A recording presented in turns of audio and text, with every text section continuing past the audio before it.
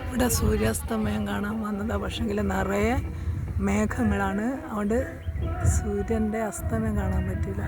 അതുകൊണ്ട് അവിടെയെല്ലാം ചുവന്ന് തുടുത്തിട്ടുണ്ട്.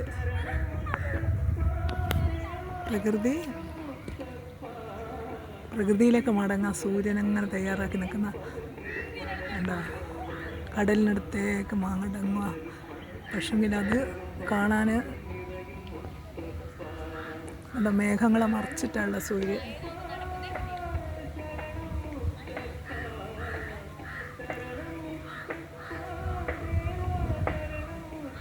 ഒരു മലേൻ്റെ മുകളിൽ നിന്ന് സൂര്യാസ്തമയം കാണാൻ പറ്റുമായിരുന്നു. പക്ഷെങ്കിൽ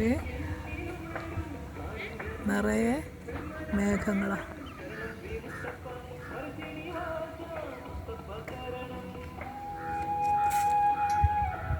അടുത്തുള്ള അമ്പലത്തിൽ നിന്ന് മുത്തപ്പ ക്ഷേത്രത്തിലുള്ള ഭക്തിഗാനങ്ങളാണ് കേട്ടുകൊണ്ടിരിക്കുന്നത്. മേഘങ്ങളാൽ സൂര്യൻ മുഴുവനായിട്ട് മറഞ്ഞുപോയി.